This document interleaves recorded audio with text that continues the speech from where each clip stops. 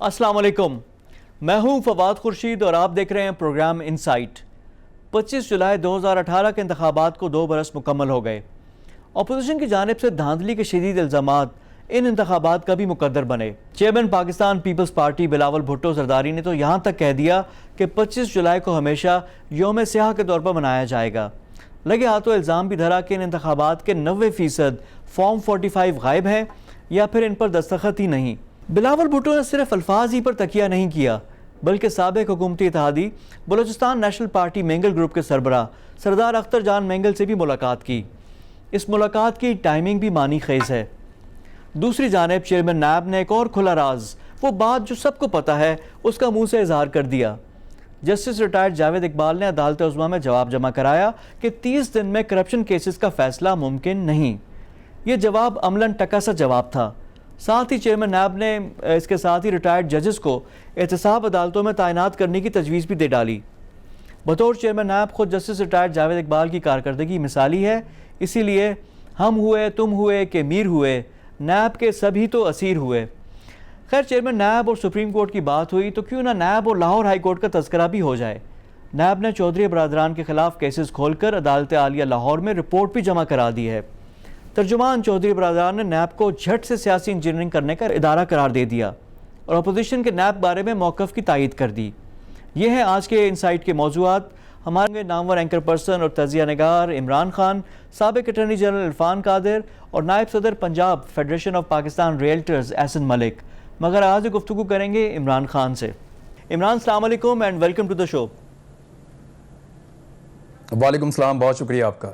عمران، آپ کے چیلنج کی بات تو میں بعد میں کروں گا، پہلے ذرا اوور آل بات میں کر لیتا ہوں کہ 25 جولائی 2018 اب 2 سال مکمل ہو گئے ہیں۔ تبدیلی جو آئی تھی، جو الیکشن کے ریزلٹس اناؤنس ہوئے، اس کے بعد کنٹروورسی اپنی جگہ، آج اپوزیشن کہہ رہی ہے کہ جی سلیکٹڈ اس کی بحث اور تکرار ہو رہی ہے، تو کیا 2 سال کو آپ کیسے ایویلیویٹ کرتے ہیں؟ دیکھیں، یہ پاکستان کی تاریخ کے مشکل ترین 2 سالوں میں سے 2 سال تھے۔ ادھر ایک نئی حکومت آئی، ایک تیسری فورس آئی، اس نے آ کر کہا کہ ہم ملک کو ایک نئے طریقے سے چلائیں گے، ہم کوشش کریں گے کہ بلیک اینڈ وائٹ جو ہے اس میں ملک کو چلائیں، ہم گرے ایریاز کو ختم کریں۔ تو اس پہ ریئیکٹ کیا پاکستان کے کاروباری طبقے نے، پاکستان کے انویسٹرز نے، پاکستان کی انڈسٹری نے، انہوں نے ریئیکٹ کیا۔ ان کو بہت زیادہ پیسہ کمانے کی عادت تھی اور ٹیکسز دینے کی عادت نہیں تھی، اپنے اثاثے ظاہر کرنے کی پاکستان میں لوگوں کو عادت نہیں تھی، تو اس کی وجہ سے ایک دم اکنامک ڈاؤن آیا پاکستان میں۔ وزیر اعظم پاکستان نے چیزوں کو ٹھیک کرنے کی کوشش کی تو لوگوں نے مزاحمت کی، مافیاز بہت تکڑے ہیں، ابھی تک مزاحمت کر رہے ہیں۔ ایک تو یہ بہت بڑا مسئلہ رہا۔ دوسرا، پولیٹیکل اسٹیبلٹی جو ہے وہ پاکستان میں تو عمران، یہ جو بات آپ نے کی ہے نا، اس میں کہ منیر نیازی یاد آتے ہیں، کچھ شہر کے لوگ بھی ظالم تھے، کچھ سانو مرندہ شوق بھی تھی، تو کچھ نہ کچھ تو ان کا بھی ہے نا کہ اتنا ٹائم تھا، پالیسیز پہلے سے لے کر آتے، یہ ساری چیزیں بندہ پریمپٹ کرتا ہے نا، تو اب سارا یہ وہی پالیسیاں جو عمران پہلے دن سے لے کر آیا تھا۔ عمران جو پہلے دن سے پالیسیز لے کر آئے تھے، یہ وہی پالیسیز ہوا، ٹیکس میں کوئی اضافہ جب انہوں نے ان کو کوئی کسی نے اپنے ایسٹس نہیں ڈکلیئر کیے، کچھ بھی چیزیں نہیں ہوئی نا، جو آپ کی ٹیکس کلیکشن ہے الٹا کم ہوتی جا رہی ہے نا، جو آپ کی گروتھ تھی وہ بھی نہیں ہوئی۔ اگر یہ کووڈ نہ آتا تب بھی جو آپ کی جو معیشت کی جو شرح نمو ہے وہ بہت کم ہو گئی تھی، یعنی جو پچھلا جو چھوڑ کے گئے تھے اس سے بھی کم تھی۔ یہ بھی تو فیکٹس ہیں۔ آپ ٹھیک کہہ رہے ہیں، میں نے کب کہا آپ غلط کہہ رہے ہیں، لیکن میں آپ کو یہ کہہ رہا ہوں کہ ہمارے یہاں پہ لوگ ٹیکس دینا ہی نہیں چاہتے۔ ہمارے یہاں پہ لوگ خوش رہتے ہیں ان حکمرانوں کے ساتھ جو 2 نمبر طریقوں سے پیسے بنانے دیتے ہیں، گرے ایریاز میں کھیلنے دیتے ہیں۔ ہر ایک نے اپنی اپنی گنجائش نکالی ہوئی ہے۔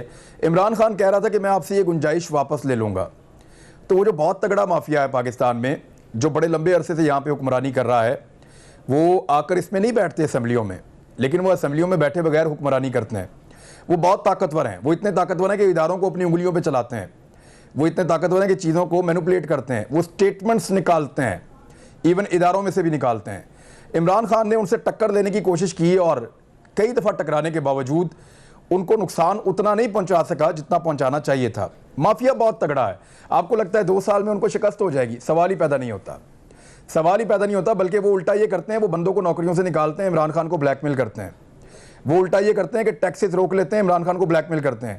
وہ الٹا یہ کرتے ہیں کہ پیسہ جو ہے اس کو چھپا لیتے ہیں، ظاہر نہیں کرتے، عمران خان کو بلیک میل کرتے ہیں۔ مارکیٹ میں پیسے کی سرکولیشن روک لیتے ہیں، عمران خان کو بلیک میل کرتے ہیں۔ غریب آدمی مرتا ہے تو پھر اس کو چھوٹ دینی پڑتی ہے. جب وہ چھوٹ دیتا ہے تو پھر ہم اسے گالیاں دیتے ہیں, ہم اسے کہتے ہیں کہ دیکھو تم تو ویسے ہی چل رہے ہو جیسے پہلے چل رہے تھے. چھوٹ نہیں دیتا تو وہ لوگ ملک کو نہیں چلنے دیتے. تو مافیاز ہیں, ایک دن میں ختم نہیں ہوں گے. پالیسیز آئیں گی, سلو چلے گا. اور یہ 2020 میں امید کی جا رہی تھی کہ شاید چیزیں ٹھیک ہونا شروع ہو جائیں, لیکن کووڈ-19 کی وجہ سے حالات پاکستان کے زیادہ خراب ہو گئے. بہتر ہونے کی بجائے یہ ایک مشکل سال تھا جس میں ہمیں ایک آزمائش کا سامنا کرنا پڑا. لیکن اگر آپ یہ دیکھیں, اگر آپ نے یہ دیکھنا ہے کہ آپ کا لیڈر ٹھیک ہے یا نہیں, یا وزیر اعظم ٹھیک آدمی ہے تو نہیں, آپ انڈیا کے ساتھ کمپیریزن کر لیں. ایک جیسے لوگ, ایک جیسے قوانین, ایک جیسا رہن سہن, ایک ہی طرح کی خوراک, تقریباً ملتے جلتے لوگ ہیں. وہاں پہ آپ دیکھ لیں کیا ہو رہا ہے. وہاں پر ملین پہ جو کیسز ہیں پاکستان سے 6 گنا زیادہ ہیں, 6 گنا زیادہ. تو کچھ تو ہے جو عمران خان نے کیا, جو انڈیا سے 6 گنا کم یہاں پہ لوگ جو ہیں وہ متاثر ہو رہے ہیں اس وبا سے. کچھ تو اس نے کیا ہے. اچھا عمران, دیکھیں بندہ وہ ٹھیک ہے, کام وہ کرنا بھی چاہتا ہے. کرپشن کا کوئی الزام نہیں, کوئی ایسی چیز نہیں. جو ٹاپ پہ جو کل صدر الوی بھی کہہ رہے تھے وہ ٹھیک ہے, لیکن یہاں پہ کمپٹنس کا, ڈیلیوری کا سوال اٹھ رہا ہے, اور پلس جو ٹیم سلیکشن کے سوال اٹھ رہے ہیں. اب دیکھیں عمران خان کو جو اپنے کی پلیئرز ہیں کسی نے فورس نہیں کیا, وہ ان کی اپنی چوائس ہے. ظاہری بات ہے ہر کام عمران خان نے یا ٹاپ مین نے نہیں کرنا ہوتا, لیکن جو ان کے کی پلیئرز ہیں کہ کسی نے فورس نہیں کیا. آپ کو یہ کیسے یقین ہے کہ کسی نے فورس نہیں کیا؟ سر دیکھیں اب جو صورتحال ہے, اب کے پی میں آر یو شور کہ کسی نے فورس نہیں کیا؟ سر میں آپ کو بڑا بتا رہا ہوں کہ آپ کسی کو بھی چینج کرنے کے لیے الٹا پریشر ہے, اور روکنے کے لیے وہ عمران خان کھڑے ہوئے ہیں کہ جی اس کو میں نہیں ہلاؤں گا. اس طرح کا الٹا پریشر ہے کہ جو باقی جو لوگ ہیں وہ چاہتے ہیں کہ لوگ موو ہوں. آپ اگر خالی عثمان بزدار کی بات کر رہے ہیں تو عثمان بزدار کے لیول پہ میں یہ کہتا ہوں کہ عثمان بزدار ایک غلط چوائس ہے عمران خان کی. میں پہلے دن بھی کنونس تھا, آج بھی کنونس ہوں. اب تو اس کی کرپشن کی سٹوریاں نکل رہی ہیں. میرے موبائل فون کا ان باکس بھر دیا لوگوں نے اس کے بارے میں کہانیاں بھجوا کے, ثبوت بھجوا کے. مجھے یہ نہیں سمجھ آ رہی کہ کون سی والی سٹوری کرنی ہے اور کون سی والی نہیں کرنی ہے. تو اس کی تو کرپشن کی بڑی لمبی کہانی ہے عثمان بزدار کی. میں سمجھ رہا تھا یہ ایک نااہل آدمی ہے, لیکن یہ ایک کرپٹ آدمی بھی ہے. مبینہ طور پہ جو میرے سامنے چیزیں پڑی ہیں ان کے مطابق اگر میں دیکھوں تو مجھے یہ پتا چلتا ہے ایک کمزور چوائس ہے عثمان بزدار. لیکن بہت ساری چیزیں, جو رنگ روڈ والا بھی آپ کی سٹوری ہے جو آپ نے ساری کی, اس پہ کوئی جواب آیا ابھی حکومت کی طرف سے؟ بیریا ٹاؤن والوں نے کوئی بندے چھوڑے ہیں میرے اوپر, اور حکومت پنجاب نے تو کوئی اس طرح کا, میں نے ان کو سوال بتائے ہیں لیکن وہ جواب انہوں نے دیا نہیں. جس بندے نے بھی میرے سے رابطہ کیا میں نے کہا جی ان 4 سوالوں کے جواب دے دے, تو جواب ان کے پاس ہے نہیں. اب انہوں نے کوئی فیکٹس کو تروڑ مروڑ کے ایک پریس ریلیز بنائی جھوٹی رنگ روڈ اتھارٹی کی جانب سے. میں نے وہ ان کو بھجوائی, انہوں نے کہا جی ہماری ہے ہی نہیں, ہم نے یہ پریس ریلیز جاری نہیں کی. لیکن اس میں کچھ فیکٹس ہیں جن کو سوشل میڈیا پہ پھیلایا گیا, ان کا جواب میں آج رات کو دوں گا. کل شاید میں یہ سٹوری کروں گا. دیکھیں کوئی سٹے موجود نہیں تھا بیریا ٹاؤن کا, کوئی سٹے رنگ روڈ پہ موجود نہیں تھا. 15 اکتوبر 2018 سے لے کر 13 جون 2020 تک, ان 2 سالوں میں, پونے 2 سالوں میں کوئی کیس نہیں تھا بیریا ٹاؤن اور رنگ روڈ کے بیچ میں جس پہ کوئی سٹے آرڈر موجود ہو. تو جب کوئی سٹے آرڈر ہی موجود نہیں ہے تو پھر آپ کو کام کرنے سے کون روک رہا تھا؟ بس ایسے ہی آپ رکتے ہیں کام کرنے سے. اچھا لیکن اب ایک تو یہ چوائس کی بات ہوگی. اب دیکھیں پورا ملک ہے, ایک چھوٹا سا case, we are not hitting on anyone, یا کسی ایک کو ہم لوگ پک نہیں کر رہے, لیکن ایک پورے ملک پہ 2 قابل وکیل نہیں ہے کہ جو ان کے کیس لڑ سکیں, یا کوئی ایسا قابل وکیل نہیں ہے جو وزارت قانون چلا سکے. اب فروغ نسیم جو ان کی پارٹی کے بھی نہیں ہیں, ایک اتحادی پارٹی ہے جو اس کو خود اون نہیں کرتی, جو وزیر بنایا کہتے ہیں جی ہمارے کوٹے سے وزیر نہیں ہے, ان کو آپ دوسرا پی ٹی آئی گئی سمجھیں. اب وہ کبھی ادھر ہوتے ہیں, کبھی ایک ٹوپی پہنتے ہیں, وزارت سے تیسری دفعہ واپس آئے ہیں. تو یہ بھی تو ریفلیکٹ کرتی ہے نا لیڈرشپ پہ. پھر نان الیکٹڈ لوگوں کا جو اب فہرست آئی ہے, جو 15, دیکھیں ایک تو اس کو چھوٹا کیس آپ نہ کہیں, یہ 30 سے 40 ارب کا معاملہ ہے. اس کو چھوٹا کیس آپ نہ کہیں, یہ 30 سے 40 ارب کا معاملہ ہے جو پنجاب حکومت نمٹا رہی ہے بیریا ٹاؤن کے ساتھ, اور کوشش کر رہے ہیں کہ ملک ریاض صاحب کو کیسے خوش کیا جائے اور کیسے ان کو جگہ دی جائے. فروغ نسیم کے معاملے میں I am standing with you. یہ کیا بات ہوئی یار کہ وہ استعفیٰ دیتا ہے, جا کے کیس لڑتا ہے, پھر واپس آ کے حلف لے لیتا ہے. یہ تو مذاق بنایا ہوا ہے آپ نے. اور ابھی جو کمیٹی بنائی ہے انہوں نے نیب کے قوانین کو چینج کرنے کے لیے, اس کمیٹی کے اندر 10 بندے وہ ہیں جو نیب کے ملزم ہیں. یعنی 24 بندوں کی کمیٹی ہے, 10 بندے بیچ میں سے نیب کے ملزم ہیں. حد ہو گئی یار, ویسے حد ہو گئی. یعنی نیب کے ملزم اب فیصلہ کریں گے کہ ادارے کو کیسا ہونا چاہیے. وہ جج اپنے آپ کو کیس سے الگ کر لیتے ہیں, آفیسرز اپنے آپ کو اس کیس سے الگ کر لیتے ہیں جہاں پہ کنفلکٹ آف انٹرسٹ آ جائے. لیکن یہاں پہ نیب کے 10 ملزمان بیٹھیں گے, بیٹھ کے یہ بتائیں گے کہ نیب کو کیسا ہونا چاہیے. ایسا مذاق اگر پوری دنیا میں کہیں سنا ہے نا تو مجھے میرے ساتھ شیئر کرنے آپ. اب دیکھیں اب یہ صرف ایک یہ نہیں ہے، دیکھیں باقی جو ایک 2 سال کی جو پرفارمنس کی بات کر رہے ہیں، اب سوشل میڈیا پہ یہ باقاعدہ یہ آتا ہے کہ جس چیز کا نوٹس لیتے ہیں وہاں پہ چیز ہو جاتی ہے. دوائیوں کو نوٹس لیا، دوائیوں کی قیمت بڑھ گئی. پیٹرول کا نوٹس لیا، پیٹرول کی قیمت بڑھ گئی. اب وہ کہتے ہیں خدا کے لیے کسی چیز کا نوٹس نہ لے، نہیں تو اس کی قیمت بڑھ جائے گی. تو نہ لیں نوٹس ہی ٹھیک ہے، نہ لیں. لیکن دیکھیں نا پھر چیزیں ٹھیک کیسے ہوں گی؟ خراب ہو رہی ہیں تو نوٹس نہ لیں. تو پھر چیزیں ٹھیک کیسے ہوں گی؟ اور جس طرح آپ نے نیب عثمان بزدار کے ہوتے تو چیزیں ٹھیک نہیں ہوں گی. عثمان بزدار وہ تل، ان تلوں میں سے تیل نکلنا ہی نہیں، جو مرضی کر لیں. پاکستان آدھا تو عثمان بزدار ہے. اب مجھے بتائیں زلفی بخاری کو کس کریڈیبلٹی پہ یا کس قابلیت پہ انہوں نے رکھا اپنے ساتھ عمران خان صاحب نے؟ کوئی قابلیت ہے؟ اچھا عمران، لیکن پھر آپ کہ یہ خدمات انہوں نے سر انجام دی تھی دنیا میں، ان کے یہ بڑے بڑے کارنامے. آپ مجھے شروع کوئی ایسی چیز بتائیں کہ 2 چیز ایسی بتائیں کہ زلفی بخاری اوپر سے کرپشن نہیں ہے، کچھ نہیں ہے. لیکن اب یہ کیسز آتے ہیں، میں نے یہ نہیں کہا میرے دوست، میں نے یہ نہیں کہا. آپ غور سے سنیے میں جو کہہ رہا ہوں. میں نے کہا 2 سال بہت مشکل تھے، یہ نہیں کہا کہ بہتر ہے.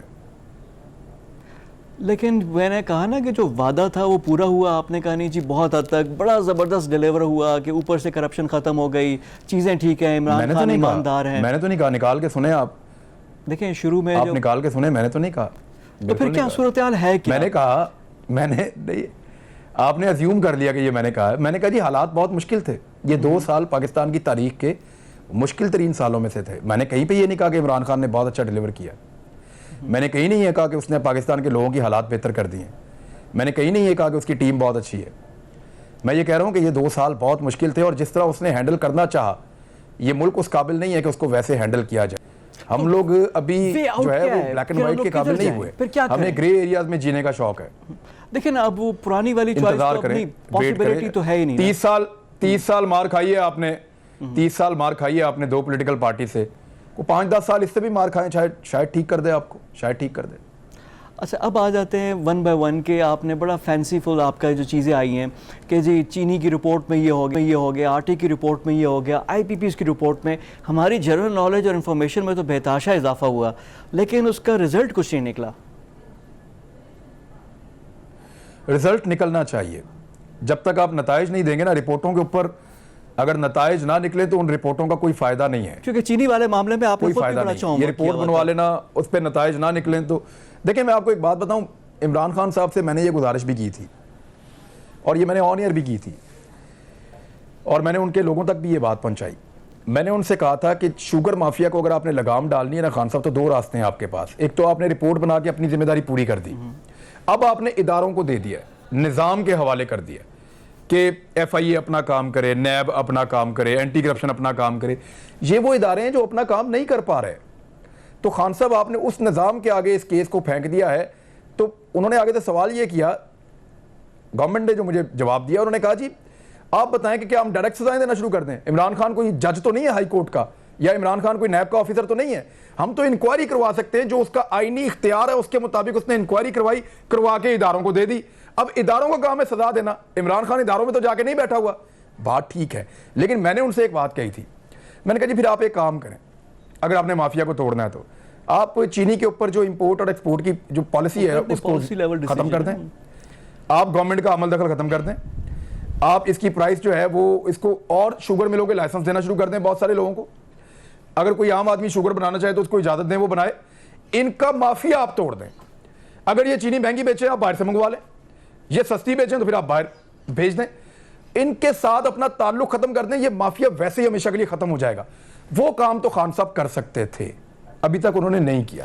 دیکھیں عمران جہاں ذخیرہ اندوزی ہے وہاں پہ ڈائریکٹ ایکشن ہم کہتے ہیں نا. دیکھیں ایک ایگزیکٹو ہے، جوڈیشلی کا اپنا ایک کام ہے، لیکن ایگزیکٹو کا بھی تو فنکشن ہے کہ ذخیرہ اندوزی چھاپا مارے، وہاں سے نکالیں، برآمد کریں، پکڑیں، اندر تو کریں نا، کم از کم کچھ ہوتا ہوا نظر تو آئے نا. اس کے بعد عدالتیں جانے کی. نیب میں تو چلے جاتے ہیں سارے. نیب میں 1.5-2 سال اندر ہوتے ہیں. میرے دوست ایک منٹ، جس جگہ پہ آپ چھاپا مارتے ہیں وہ جا کے اسٹے لے آتے ہیں ہائی کورٹ سے یا کسی اور عدالت سے، تو پھر آپ کیا کریں گے؟ لیکن کریں تو صحیح نا. اس کے بعد اسٹے آئے تو اگلا نظام سپورٹ نہیں کرتا. نظام سپورٹ، یہ یہاں پہ پاکستان میں وہ نظام بن گیا ہے جو نظام سپورٹ کرتا ہے مافیاز کو. یہ نظام مافیاز کو سپورٹ کرتا ہے، انصاف کو سپورٹ ہی نہیں کرتا. یا تو آپ نظام بدل دیں یا انقلابی تبدیلیاں لے کر آئیں. انقلابی تبدیلیوں کے لیے جس قسم کی طاقت چاہیے وہ اس کے پاس ہے ہی نہیں. کھوٹے سکے لے کے تو وہ بیٹھا ہوا ہے حکومت میں. ایک اتحادی چھوڑ کے چلا جائے اس کی حکومت گر جاتی ہے. آج حکومت گر جائے تو وہ جو کرنا چاہتا ہے وہ بھی نہیں کر سکے گا, اور لوگ کہیں گے یہ ہار مان کے بھاگ گیا ہے. اتحادیوں کی بات کی, عمران تو یہ پی ایم اس کے لیے آسان نہیں ہے. جی جی, اب پی ایم ایل کیوں, کیونکہ پنجاب کی میں بات کروں گا, وہ بھی ادھر بھی بڑا کروشل رول ان کا ہے, مرکز میں بھی ہے. تو پنجاب کی سیاست میں کیا ہو رہا ہے کہ پی ایم ایل کیو کچھ علیحدہ سوچ رہی ہے, پی ٹی آئی کچھ علیحدہ سوچ رہی ہے, کیا کھچڑی پک رہی ہے؟ اور پھر پیپلز پارٹی بھی پنجاب کو ریکلیم کرنے کے پلانز کر رہے ہیں, stronghold P M L N کا ہے. تو یہاں پہ کیا پلانز اور کیا کیا ہر پارٹی کی اسٹریٹجی ہو رہی ہے؟ دیکھیں جو معاملہ ہے نا ان کا چودھری برادران کا, وہ سب سے زیادہ کمفرٹیبل عثمان بزدار کے ساتھ ہیں. یہ ان کا تحصیل ناظم بھی رہا ہے, اور اسی دور میں اس نے اپنی کرپشن کا آغاز کیا تھا مبینہ طور پر. جو میرے پاس ڈاکومنٹ آ رہے ہیں, جو چیزیں آ رہی ہیں, اس کے جتنے بیوروکریٹ دوست بنے ہیں وہ اسی دور میں بنے ہیں, اور وہیں سے انہوں نے داؤ لگانا شروع کیا تھا, اور کہانی وہیں سے شروع ہوتی ہے. عثمان بزدار کا سیاسی کریئر, ان کے والد جو ہے وہ نسبتاً مختلف آدمی تھے, یہ مختلف آدمی ہیں, ان کے دوست بھی مختلف قسم کے ہیں.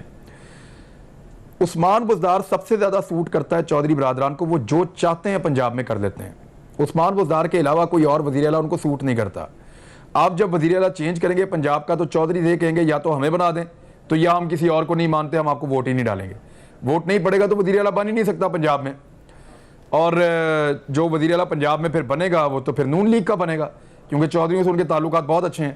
تو ایسی سچویشن میں آپ اپنے آپ کو عمران خان کی جگہ رکھیں, تو آپ عثمان بزدار کے ساتھ کنٹینیو کریں گے, پرویز الہی کو وزیر اعلیٰ بنائیں گے, یا نون لیگ کا وزیر اعلیٰ آنے دیں گے؟ آپ مجھے بتائیں. اچھا, لیکن عمران یہ بات تو ٹھیک ہے, لیکن عثمان بزدار کے خلاف جو آپ کے جو ایلیگیشنز ہیں دے آر ویری سیریس. آپ نے پہلے بھی سوشل میڈیا پہ, یوٹیوب پہ بھی لگائے, اور ابھی بھی آپ نے میرے پروگرام میں بھی باتیں کی. تو اگر یہ اتنے سیریس ہیں تو پھر ایکشن کیوں نہیں ہو رہا؟ کیا جو بات آپ کو پتہ ہے کیا باقی اداروں کو نہیں پتہ؟ باقی لوگ کیوں نہیں پہ کر رہے؟ کیا عمران خان کو نہیں پتہ؟ یہ تو بڑی سیریس بات ہے نا. دیکھیں اگر یہ سیریس نہ ہوتا نا, یا اس میں کچھ نہ ہوتا, تو یہاں پہ 2 بیوروکریٹ اور 1 وزیر کو اڑا نہیں دیا جاتا. انہوں نے 1 وزیر کی اور 2 بیوروکریٹس کی قربانی دی ہے میری پہلی سٹوری چلنے کے بعد. ان کو لگا کہ یہ ٹھنڈا ہو جائے گا اور بیوقوف بن جائے گا, اس کو پتہ چل جائے گا کہ جناب ہم نے 1 وزیر فارغ کر دیا, 2 بیوروکریٹ فارغ کر دیے, ہم نے انصاف کر دیا ہے, لہٰذا اب آپ چپ ہو کے بیٹھ جائیں. لیکن مجھے یہ پتہ ہے کہ ان کا قصور اتنا بڑا نہیں تھا جتنا خود عثمان بزدار کا ہے. تو عثمان بزدار کو جواب دینا پڑے گا. یہ کیا کرایہ عثمان بزدار کا تھا, آپ ایک بیوروکریٹ پہ نہیں ڈال سکتے.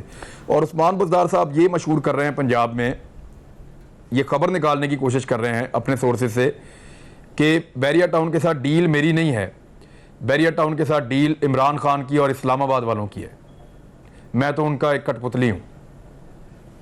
نہیں, اب یہ تو دیکھیں نا, کیونکہ اس سب چیزوں کی ریپرکشنز ہیں جو ہم لوگ بات بھی کر رہے ہیں نا, یہ بھی پھر ہے کہ کورٹ آف لاء میں بھی یہ چیز آ سکتی ہے, کہیں نہ کہیں نا اس کو دیکھا جا سکتا ہے, کیونکہ جانی چاہیے, بالکل جانی چاہیے. جو میں بات کر رہا ہوں اس کے اوپر پیرا دوں گا, جو بات کر رہا ہوں اس کے اوپر پیرا دوں گا, بلا لیں, میں چلا جاؤں گا کورٹ میں, جناب میں نے یہ بات کی تھی. اور آپ کے پاس ڈاکومنٹس سارے, دیکھیں بہت ساری چیزوں کے میرے پاس ڈاکومنٹ ہیں, جس چیز کے میرے پاس دیکھیں میکسیمم چیزوں کے میرے پاس ڈاکومنٹ ہیں, میں دکھا بھی دیتا ہوں. لیکن جن چیزوں کا ڈاکومنٹ نہیں ہے نا, اس میں بتا دیتا ہوں کہ میرا سورس ہے اور اس نے مجھے یہ انفارمیشن دی ہے, اور میں اس کے اوپر سٹینڈ کرتا ہوں, کیونکہ ظاہری بات ہے, اور واقعات اور حقائق اس کو ثابت کرتے ہیں. مثال کے طور پہ 2018 اکتوبر 2018 میں ایک مثال سنیں نا, مثال سن لیں آپ, اکتوبر 2018 سے لے کر جون 2013 تک, یہ 2 سال میں میں گارنٹی کرتا ہوں کوئی سٹے نہیں تھا, لیکن رنگ روڈ پہ کام نہیں ہوا. لے کر آئے, مجھے کوئی سٹے دکھا دیں, لے آئیں, مجھے دکھا دیں کہ یہ سٹے ہے ہمارے پاس فلاں عدالت کا, اس لیے رنگ روڈ پہ کام نہیں ہوا, دکھا دیں مجھے ایک سٹے, دکھا دیں مجھے کوئی ایک ڈاکومنٹ دکھا دیں, بتائیں مجھے. اچھا, لیکن اب یہ تو میں چیلنج کر رہا ہوں نا, دکھائیں. دیکھیں اب اس کو تو پراپر انویسٹیگیٹ ہونا چاہیے, اینڈ وی اپیل کہ اگر اس میں کوئی اگر آئیوٹا آف ٹروتھ بھی ہے تو ایکشن شوڈ بی ٹیکن, تاکہ وہ انصاف ہوتا ہوا نظر بھی آئے. اور یہ بڑے دعوے ہیں, لیکن اگر یہ دعوے, اگر یہ آپ کے جو ایلیگیشنز اگر صحیح ثابت نہ ہو, تو پھر عمران اگر انہوں نے ڈیفینڈ کر دیا, ان کو کوئی چیز آ گئی, نہیں صحیح ثابت کیوں نہیں ہوں گے, میرے پاس ثبوت ہے ان سب کے, یہ صحیح ہیں دعوے, یہ صحیح ہیں دعوے. میں کوئی سیاستدان تھوڑی ہوں کہ میں کہوں گا میں یہ کر دوں گا تو وہ کر دوں گا, نہ, میرے دعوے صحیح ہیں, میں اپنی سٹوری کے ساتھ کھڑا ہوں. نہیں صحیح تو عدالت میں لے جا کے مجھے سزا دلوا دیں, ٹھیک ہے, مجھے جیل کروا دیں, جیل میں بھیج دیں. یعنی آپ you are willing to go all the way. میں کوئی سیاستدان نہیں ہوں کہ میں سیاست چھوڑ دوں گا یا صحافت چھوڑ دوں گا, یہ جذباتی باتیں مجھے نہیں آتی. میرے پاس ثبوت ہے, میں نے سٹوری دے دی ہے, ان کو لگتا ہے غلط ہے, عدالت میں لے جائیں, مجھے جیل کروا دیں. ٹھیک ہے Imran, very strong conviction from you, اور ظاہری بات ہے آپ جب رپورٹر ہیں, اسٹوری پہ کام کرتے ہیں, تو تمام اینگلز, اور آپ کو بھی اس کے ساری چیزیں پتہ ہیں, ساری چیزیں بھی آپ اس میں ہوم ورک بھی کرتے ہیں. اب آ جاتے ہیں ایک فائنل میں آپ سے گفتگو اور فائنل اس کو ریپ اپ کرتے ہیں. دیکھیں پاکستان کے حالات اتنے سمپل نہیں ہیں, چیلنجز جس طرح آپ نے بھی ذکر کیا کہ بے تحاشا تھے, تو کچھ امید نظر آ رہی ہے, ڈائریکشن آپ کو نظر آ رہی ہے کہ گورنمنٹ کی اور خاص کر جو ٹاپ مین ہے کہ ان کی طرف سے کچھ اس چیزوں سے ہم نکل سکتے ہیں؟ واٹ از یور انالیسس, آپ کا کیا تجزیہ کیا کہتا ہے؟ دیکھیں اللہ رب العزت کی ذات بہت بڑی ہے, بطور مسلمان میں تو امید چھوڑ ہی نہیں سکتا. پاکستان کے اندر بدترین حکمران بھی ہوگا تو میں امید رکھوں گا کہ پاکستان کا اللہ بھلا ہی کرے گا. یہ ملک جو ہے وہ کلمے کے نام کے اوپر بنا ہے اور بڑی مقدس رات میں بنا ہے, اس کے ساتھ برا نہیں ہو سکتا. اور جس طرح کے حالات اس ملک نے دیکھے ہیں اور جن حالات سے یہ نکلا ہے, ہم اس میں سے بھی نکل جائیں گے انشاءاللہ. اور اللہ تعالیٰ نے ہمیں اشارہ دیا ہے اس کووڈ-19 میں, دنیا کی بہترین قوموں کو جو مار پڑی ہے, اللہ تعالیٰ نے ہمیں وہ مار نہیں ماری, مالک نے ہمیں محفوظ رکھا ہے. تو مالک ہمیں بتاتا ہے کہ وہ ہمارے ساتھ ہے, تھوڑی سی ہمت ہمیں خود بھی کرنی پڑے گی. یعنی پاکستان کا اللہ ہی حافظ ہے, جس طرح وہ مشرف صاحب نے بھی جاتے جاتے کہا تھا, تو یہاں پہ بھی صورتحال یہی ہے. عمران بہت شکریہ, آپ کے ہمارے ساتھ موجود تھے سینئر اینکر پرسن, تجزیہ کار اور صحافی عمران خان. عثمان بزدار کے حوالے سے سٹیٹمنٹس بھی ان کی انہوں نے پہلے بھی دیے, آج پھر انہوں نے کہا کہ I stand by of what I am saying, وہ چیزیں ہیں کہہ رہے ہیں ثبوت بھی ہیں. اب اگر اس میں اگر کوئی سچائی ہے تو اس پہ ایکشن ہونا چاہیے اور چیزیں پھر کم از کم کہیں نہ کہیں اس کو دیکھنا چاہیے, کیونکہ اگر ایک اتنا رسپانسبل بندہ کچھ کہہ رہا ہے تو اس کے بھی ہم نے آگے چیزیں دیکھنی ہیں. یہاں پہ وقت ہو گیا ایک بریک کا, بریک کے بعد آ کر گفتگو کا سلسلہ جاری رکھیں گے. Stay with us. میرے ساتھ موجود ہیں ابھی عرفان قادر صاحب. عرفان قادر صاحب سابق اٹارنی جنرل آف پاکستان بھی رہ چکے ہیں, نیب میں بھی خدمات انجام دے چکے ہیں, سابق جج بھی کچھ عرصے کے لیے رہے تھے. تو آج جو ہمارے ٹاپکس ہیں ان کے لیے ان سے بہتر اور موزوں گیسٹ نہیں مل سکتے. عرفان قادر صاحب السلام علیکم اینڈ ویلکم ٹو دا شو. جی وعلیکم السلام. نیب کی طرف سے سپریم کورٹ میں جواب بھی آیا. پہلا جو سپریم کورٹ کی طرف سے جو شکوہ آیا تھا وہ تو چارج شیٹ تھی پوری. آج جب جواب شکوہ آیا ہے تو اس میں تو یہ کہا گیا کہ 30 ڈیز میں پاسبل نہیں ہے, اور پھر اپنی جو توجیحات ہیں وہ نیب نے پیش کی ہیں. تو یہ نیب کتنا حق بجانب ہے, کیا واقعی 30 ڈیز میں پاسبل نہیں ہے؟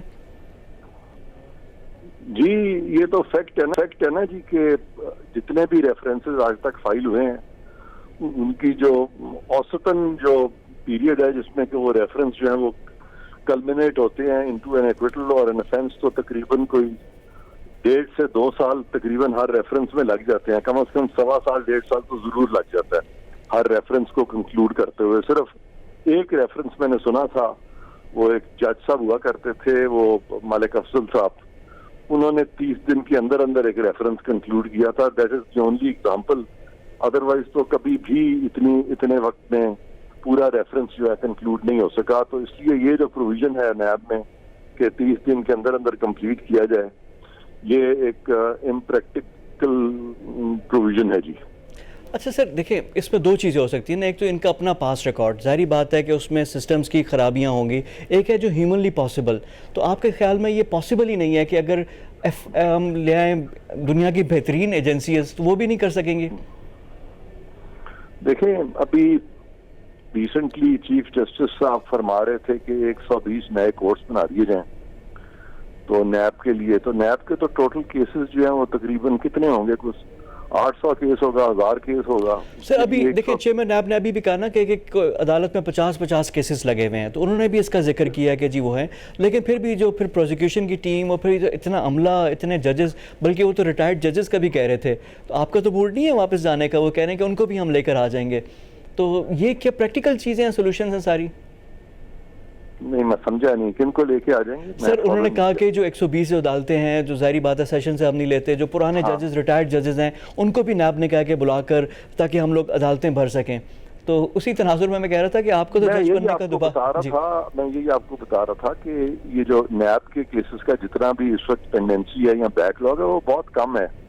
اس وقت سپریم کورٹ الون 40,000 کیس تو تقریباً سپریم کورٹ میں پینڈنگ ہے. تو اگر آپ 1000 کیس کے لیے 120 جج لانا چاہ رہے ہیں تو 40,000 کیس کے لیے 120 کو 40 سے ملٹیپلائی کرتے ہیں, 4000 جج پھر لگا دیں سپریم کورٹ. یعنی آپ کہہ رہے ہیں کہ ادھر بھی اپنے یعنی دیکھیں کہ وہاں پہ بھی صورتحال کچھ ایسی ہیں. جسٹس صاحب جو ہیں وہ یہ نہیں دیکھ رہے کہ ان کی اپنی پینڈنسی کتنی ہے, یعنی ٹوٹل 18 لاکھ سے بھی اوپر پینڈنسی ہے. یہ سارے لوور کورٹس, سبارڈینیٹ کورٹس اور سپیریئر کورٹس میں اس وقت 18 لاکھ. سپریم کورٹ الون اس وقت جو بیک لاگ ہے تقریباً وہ 40,000 کے قریب وہ بیک لاگ سپریم کورٹ میں ہوا ہے. اچھا عرفان قادر صاحب جی وہ بھی اب ہے، لیکن یہاں پہ نیب نے 2-3 اور باتیں بھی کی ہیں امپورٹنٹ جو میں آپ سے کرنا چاہ رہا ہوں. انہوں نے کہا کہ جی ہمیں گواہ کا ہے کہ گواہ بھی لانے ہوتے ہیں، وائٹ کالر کرائمز ہیں، اس کے انویسٹیگیشن میں بھی باہر کی مدد بھی لینی پڑتی ہے. تو یہ بڑا کمبرسم ہے، کیونکہ آپ خود بھی نیب میں پروزیکیوٹر جنرل بھی رہ چکے ہیں، پروزیکیوشن بھی آپ ہیڈ کرتے رہے. تو ایک جو ناقدین ہیں وہ الزام لگاتے ہیں کہ نیب کی پروزیکیوشن ہمیشہ سے ویک رہی ہے. تو کیا یہ ٹھیک ہے اور باقی جو پروسیس ہے اتنا ہی کمبرسم ہے؟ دیکھیں نیب کی پروسیکیوشن میں نہیں سمجھتا کہ اتنی ویک ہے، اور پھر یہ بھی نہیں میں سمجھتا کہ یہ پروسیس بڑا کمبرسم ہے، کیونکہ نیب کے جو انویسٹیگیٹرز ہیں ان کا ایک جو بیسک کام ہے وہ یہ ہے کہ انہوں نے ایویڈنس کرپشن کا کلیکٹ کرنا ہے.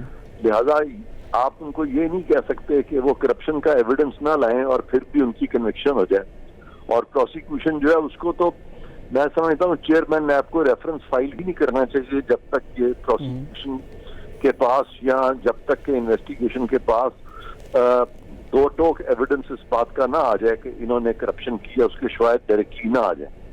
لیکن پھر بھی ریفرنسز جو ہیں وہ فائل ہو جاتے ہیں جلدی میں. اس میں قصور جو ہے میں سمجھتا ہوں ٹاپ ہائرارکی کا نیب کا بنتا ہے. یہ بڑا آسان ہوتا ہے کہ ہر محکمے میں جو نیچے والے ہیں ان کو مورد الزام ٹھہرایا جاتا ہے. دیکھیں اگر نیچے والوں کی انویسٹیگیشن ویک ہے اور پروسیکیوشن ویک ہے تو پھر وہ جو ٹاپ ہائرارکی ہے وہ کیا کر رہی ہے؟ وہ پوائنٹ آؤٹ نہیں کر رہی ان کو کہ یہ ویک ہے، یا وہ ان کو چینج نہیں کر سکتی، یا وہ ان کو درست نہیں کر سکتی.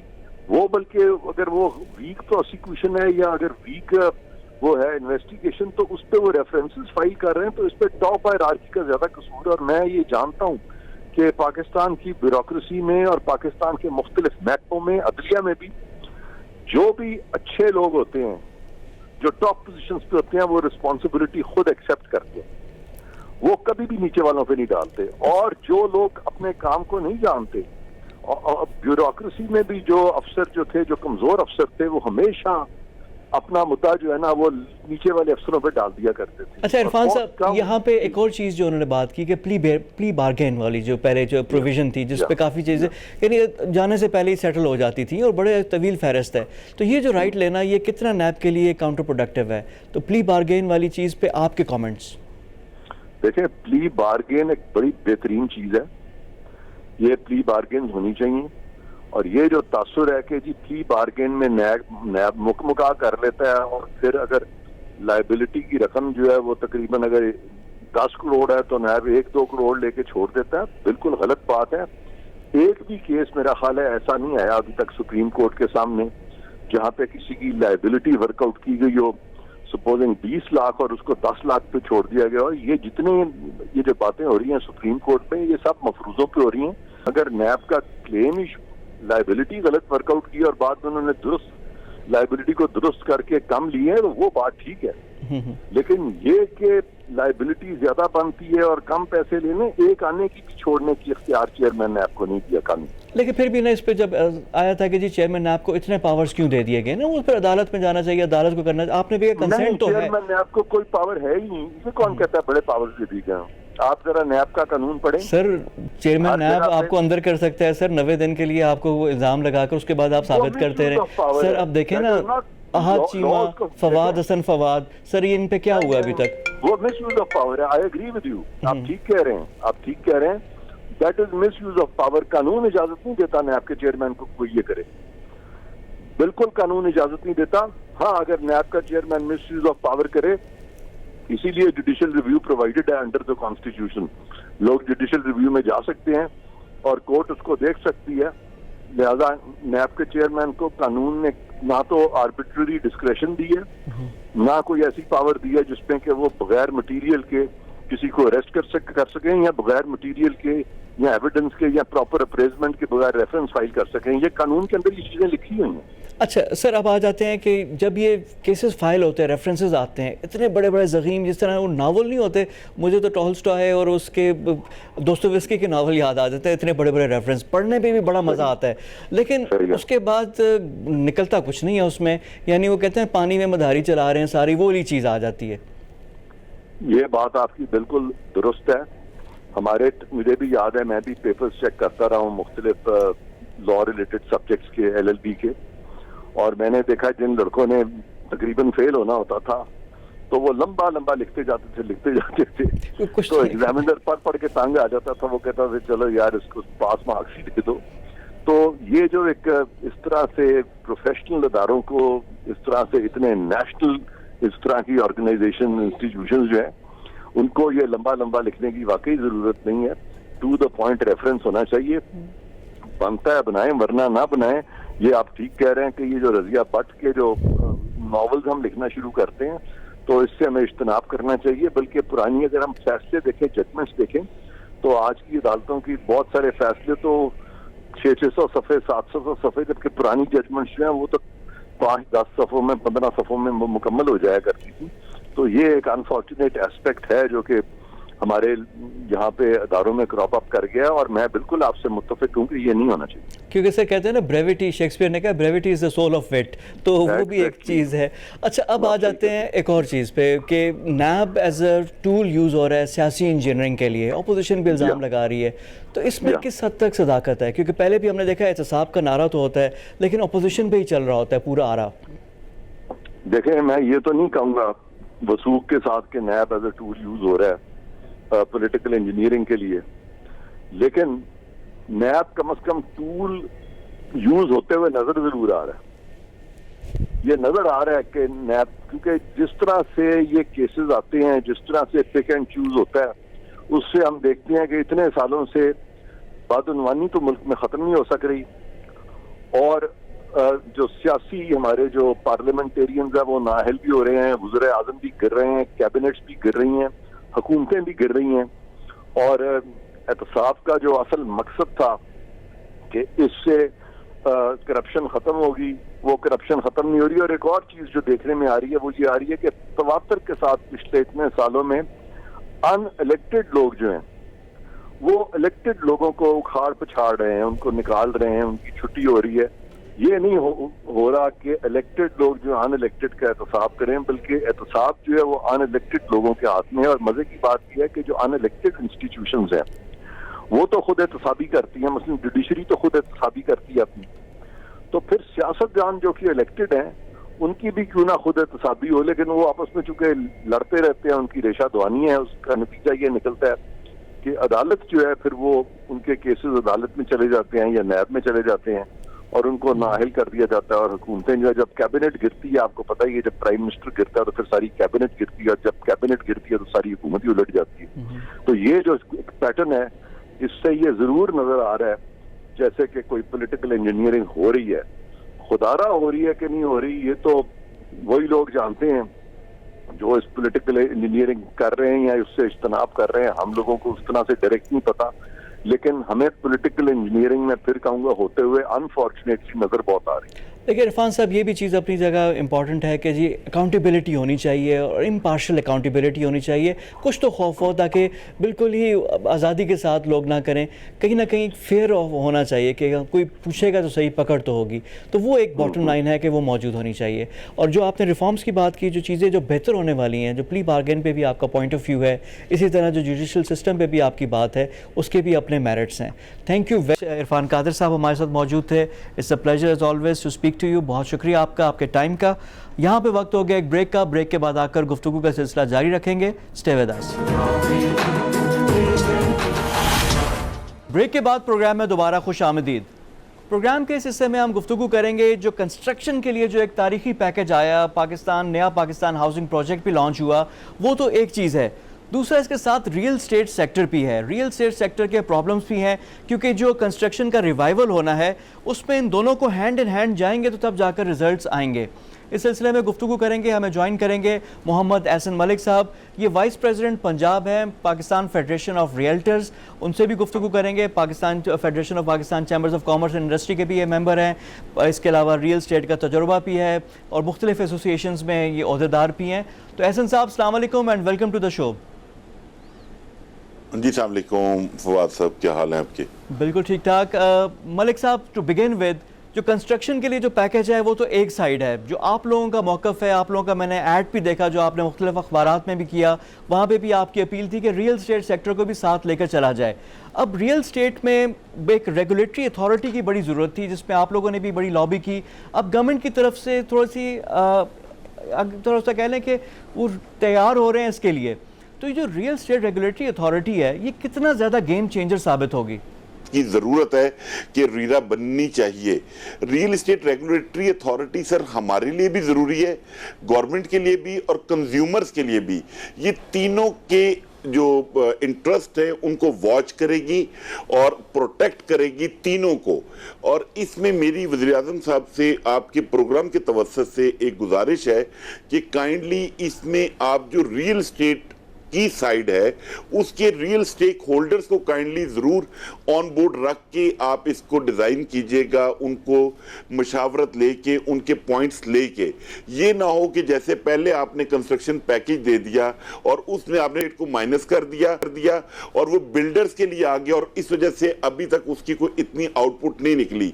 آپ نے پھر بعد میں جب یہ ٹیکس رجیم چینج تو اس کی وجہ سے آپ کہہ لیں کہ مارکیٹ میں کوئی تھوڑا بہت ایک ٹھنڈی ہوا کا جھونکا چلنا شروع ہوا. جو آپ نے کہا کہ پرابلمز بھی ہیں جو تینوں کے لیے سب سے میجر ایشوز کیا ہیں جو کہ یہ ریرا جو ہے جو ریگولیٹری اتھارٹی ہے, ظاہری بات ہے ہر ایک کے ہونے چاہیے. بینکوں کا اسٹیٹ بینک ہے, ایس سی سی پی ہے, تو یہاں پہ بھی اس سیکٹر کو ان ریگولیٹڈ تو نہیں چھوڑا جا سکتا. لیکن کون سے بڑے جو برننگ ایشوز ہیں جو یہ ایڈریس کرے گی یہ اتھارٹی آ کر؟ ریئل اسٹیٹ ریگولیٹری اتھارٹی سر سب سے پہلے ہم اپنے آپ کو اکاؤنٹ فار کریں گے کہ جتنے بھی پاکستان میں ریئلٹرز ہیں ان کی تعداد پتہ چلے اور ان کے ساتھ جو زیادتیاں ہوتی ہیں ان کے سروس چارجز کے اوپر, کہ کوئی بھی ٹرانزیکشن ہوتی ہے اور اس کو جو سروس چارجز ملنے ہوتے ہیں وہ کلائنٹ نہیں پے کرتے. سیکنڈ چیز وہ یہ کہ جو ڈیولپرز ہیں جن کے پاس سپوز کوئی بھی اینی ڈیولپر جس کے پاس زمین, لوگوں نے پیپرز میں سوسائٹیز بناتے ہیں, 100 کنال زمین ہوتی ہے, 1000 فائلز وہ سیل کر دیتے ہیں, اس کا چیک اینڈ بیلنس ہونا چاہیے. اور کنزیومر کے لیے اس وجہ سے اچھی ہوگی کہ وہ لوگوں کے انٹرسٹ کو واچ کرے گی اور لوگوں کو گائیڈ کریں گے کہ آپ یہ سوسائٹی بہتر ہے, اس کا این او سی کلیئر ہے, اس کی میں کوئی ایشو نہیں ہے, تو لوگ بہتر طریقے سے انویسٹمنٹ کر سکیں گے. ملک صاحب اس کے لیے تو کہنا چاہیے کہ اس کو تو جو گزشتہ کل ہے نا تب بننی چاہیے تھی ریئل اسٹیٹ ریگولیٹری اتھارٹی. اس پہ اے سی پی کام کریں, اب سارے لاز موجود ہیں, 2-2.5 سال سے ہے, تو اب یہ کیا وہ سرکاری مشینری کا شکار ہے, کوئی اونرشپ نہیں لے رہا؟ وجہ کیا ہے کہ یہ ابھی تک کیوں نہیں آئی؟ سر یہ ہم نے پرپوزل بہت عرصے سے دی ہوئی ہیں. انفارچونیٹلی یہ جو ریئل اسٹیٹ سیکٹر ہے نا اس کے بینیفیشری سب لوگ ہیں پورے تمام پاکستان میں, ڈائریکٹلی اور انڈائریکٹلی, بٹ اس سیکٹر کو سپورٹ کرنے کے لیے کوئی بندہ آگے نہیں آتا ہے. اس لیے ہماری فیڈریشن, ہماری ایسوسییشن نے اس چیز کو پرسو کر رہی ہے اور الحمدللہ ہمیں پورا یقین ہے کہ اس دفعہ یہ بالکل بنے گی اور ہماری مشاورت کے ساتھ بنے گی اور لوگوں کو تحفظ ملے گا, ریئلٹرز کو تحفظ ملے گا, اور جو لوگ بالکل بھی مطلب لوگوں کے ساتھ فراڈ ہو جاتے ہیں تو وہ بھی روکا جائے. بلکہ اس میں تو ہم لوگ بھی آپ کے ساتھ ہوں گے کیونکہ یہ بڑا ضروری ہے, وقت کی ضرورت ہے. اب ایک اور ایشو بھی جو آپ لوگوں کا ریئل اسٹیٹ کی آپ لوگوں نے جو اخبار میں ایڈ بھی دیا تھا اس میں ڈی سی ریٹ کے حوالے سے آیا, کیونکہ بجٹ میں جو ایف بی آر ویلیوز ہیں وہ تو سیم ہے, اب کووڈ بھی ہے, جو بھی چیزیں ہیں, تو یہ اچانک کیوں ڈی سی ریٹس بڑھ گئے ہیں کہ وہاں پہ جو پر مرلہ اور پر کنال جو ریٹس تھے, ڈی سی ریٹس, سرکاری ریٹس, وہ بڑھ گئے ہیں. اس سے آپ لوگوں کو نقصان کیا ہوا, اس کے بڑھنے کی وجوہات آپ کے خیال میں کیا ہیں؟